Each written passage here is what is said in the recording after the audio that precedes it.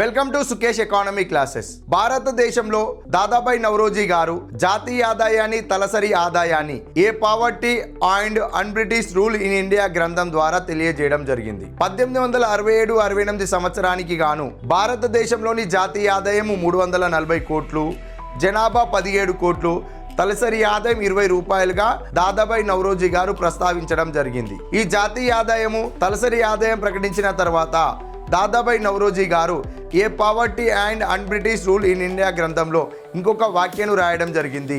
భారతదేశంలో పరిపాలిస్తున్న బ్రిటిష్ వారు ఇంగ్లాండులో పరిపాలిస్తున్న బ్రిటిష్ ప్రభుత్వం పరిపాలన విధానంగా భారతదేశంలో పరిపాలించట్లేదు.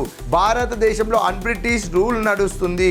బ్రిటిష్ రూల్ అనేది ఇంగ్లాండ్లో మాత్రమే నడుస్తుంది. అక్కడ బ్రిటన్ ప్రభుత్వమే, ఇక్కడ బ్రిటన్ ప్రభుత్వమే, కానీ అక్కడ బ్రిటిష్ రూల్, ఇక్కడ అన్ బ్రిటిష్ రూల్ నడుస్తుంది అని చెప్పి a poverty and un British rule in India గ్రంథం ద్వారా భారతదేశంలో జాతీయ ఆదాయ ప్రస్తావన, పేదరికం గురించి ప్రస్తావించడం జరిగింది దాదాబాయి నౌరోజీ గారు. Thank you.